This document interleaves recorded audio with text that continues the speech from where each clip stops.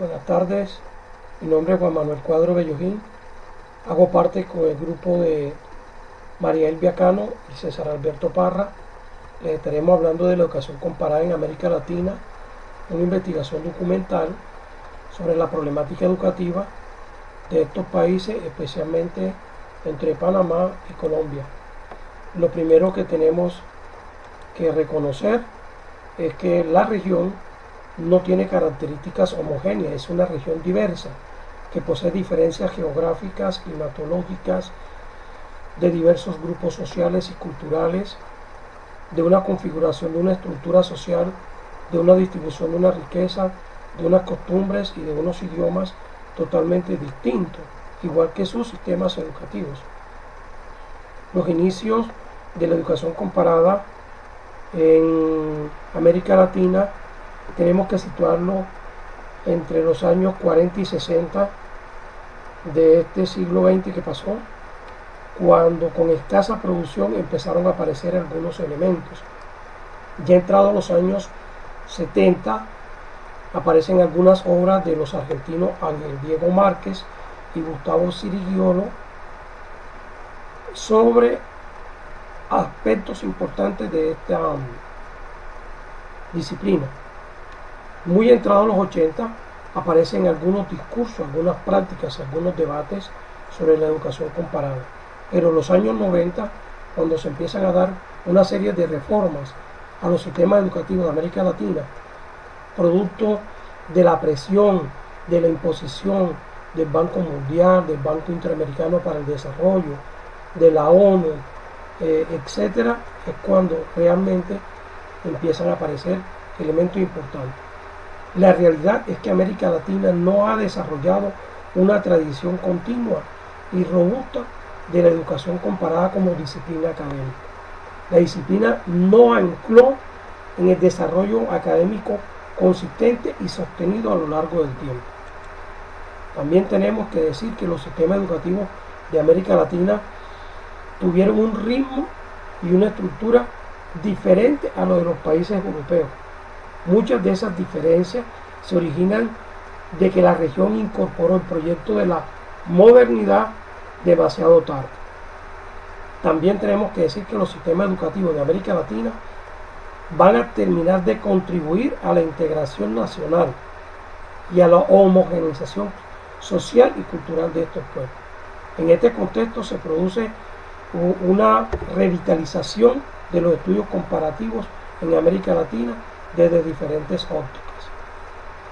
Fortalezas y debilidades que encontramos. La primera se encuentra en el fuerte peso de la contextualización, ¿cierto? Y lo segundo, es decir, algunas debilidades, podrían ser lo de la apertura hacia una dimensión cultural. Si recordamos que en el pasado y en el presente y en el futuro los sistemas educativos se inscriben bajo esas perspectivas. A continuación, la compañera María Elvia Cano. Muchas gracias.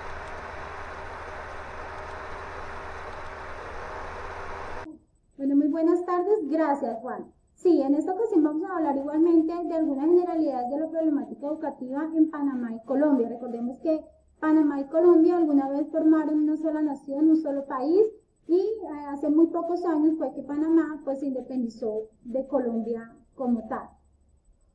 Bueno, entonces vamos a estudiar algunos componentes de la educación tanto panameña como de la educación en Colombia. El primero de ellos es la inversión.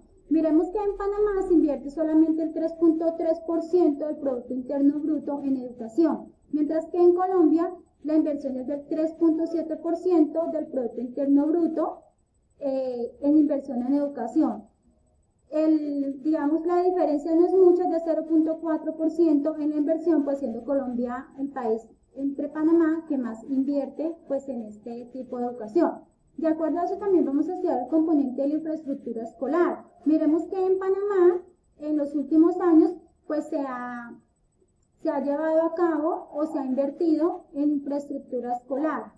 Se dice que pues en colaboración con el Banco de Desarrollo de América Latina y el Ministerio de Educación se han llevado a cabo 8 proyectos que han beneficiado a 1.800 estudiantes que cuentan con 60 aulas que incluye laboratorios, ciencias de idiomas, física, química y artística, entre otras facilidades de la infraestructura educativa. En Colombia miramos que el Ministerio de Educación construyó o adecuó más de 1.817 aulas, 103 laboratorios y 320 baterías sanitarias a través de la Ley 21 de mejoramiento en la educación. Entonces miremos que la inversión, a pesar de que esos países han hecho gran inversión en la educación en cuanto a infraestructura, aún queda pues inconclusa estas inversiones, porque miramos que seguimos teniendo problemas tanto en Panamá como en Colombia con la infraestructura o la creación de centros educativos. Aún sigue faltando mucha más inversión en este campo, tanto en las escuelas rurales como en las escuelas urbanas. También miramos otro componente que es la cobertura. La cobertura educativa en Panamá actualmente es de 63.9%, mientras que en Colombia abarca más de un 72% durante el periodo 2005-2018 y en la educación superior pasó un 34% a un 52%. Se ha visto que ha habido avances en la cobertura en educación, pero para esto vamos a estudiar también que tiene mucho que ver con la necesidad de los docentes. En Panamá existen 42.000 docentes contratados, pero los gremios magistrales dicen que se requieren más de 200 educadores, mientras que en Colombia existen 315.971 docentes para cerca de 8.000 estudiantes en el sector oficial, es decir, aproximadamente un maestro por cada 25 estudiantes. Entonces miremos que tanto en Panamá como en Colombia la necesidad de docentes es inminente de acuerdo al incremento también de cobertura. Cuando hay más cobertura, pues la necesidad de los docentes es mucho mayor. En la calidad de la educación, entonces podemos mirar que en Panamá la educación pública se ha convertido, digamos, la calidad es muy baja, al igual que en Colombia.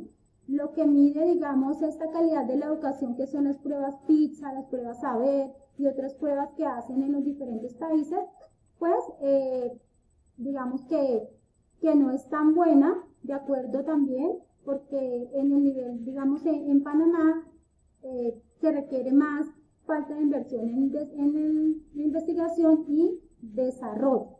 Igualmente miremos que todo lo demás, lo que es cobertura, inversión y necesidad de docentes, también ayuda a incrementar lo que es la calidad del sistema educativo, el mejoramiento.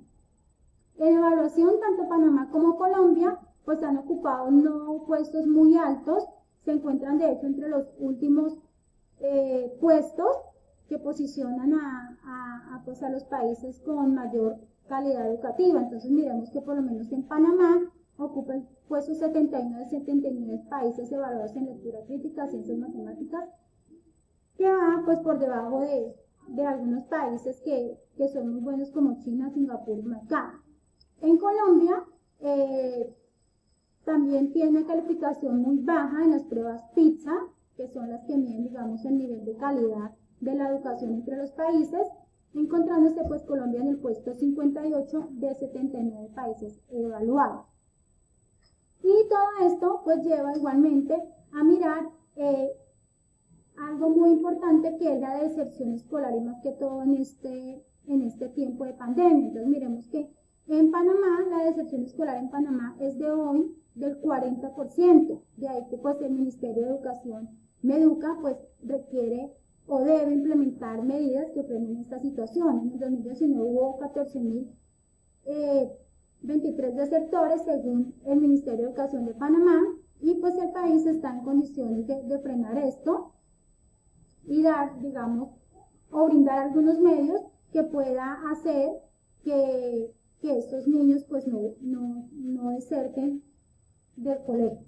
Igualmente en Colombia, 13.000 estudiantes del país dejaron el colegio durante la pandemia. La conectividad es el mayor obstáculo para acceder a las clases virtuales. La deserción escolar es otro de los efectos colaterales que ha traído la pandemia del COVID-19 en Colombia, aparte de que también hay otras situaciones de deserción escolar, como son, digamos, el desplazamiento, los factores socioeconómicos en familias muy pobres, la poca conectividad que hay, en algunos sectores. Entonces, pues eso era como para hacer una comparación entre los sistemas educativos tanto de Panamá como de Colombia. Seguimos con nuestro compañero César. Muchas gracias. Eh, Juan Manuel concluye que es importante propiciar una educación continua en materia de gestión escolar, que debemos motivar el acercamiento de los padres, tener una supervisión adecuada, mucho más en los recursos para así conseguir mejores resultados en el aprendizaje y obtener una educación de calidad. Encaminar la educación de acuerdo con un modelo pedagógico pertinente, auténtico, con fundamentos coherentes y que corresponda con la tradición, a la cultura, la naturaleza y las demandas de los niños y niñas en la tierra. Los maestros están siendo muy mal pagados, no tienen un reconocimiento social, cultural. Igualmente en Colombia y Panamá tienen un solo sistema educativo más inequitativo del mundo en términos de género, región, estrato social, y es muy poco lo que se está haciendo para atacar de manera profunda y concreta el problema de calidad de educación. María Elvia concluye que los gobiernos estandarizan la enseñanza de por sí, la educación, se olvida que de las habilidades de los niños y niñas son totalmente diferentes. Es aquí donde necesitamos impartir una enseñanza acorde a los contextos y necesidades de cada estudiante, preocuparnos por educar personas con aprendizajes significativos, pensamientos críticos y no máquinas memorísticas repetitivas para implementar nuevas estrategias educativas, trabajar mucho más en una infraestructura en los planteles educativos, herramientas didácticas para poder lograr en realidad una educación de calidad en los sistemas educativos de Panamá y Colombia.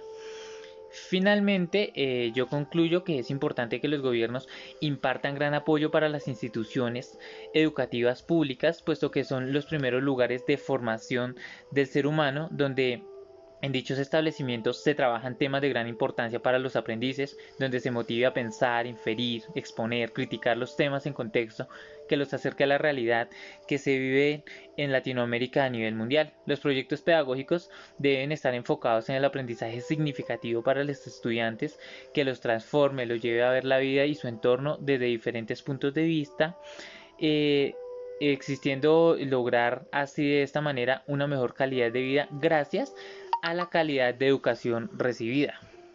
Muchas gracias.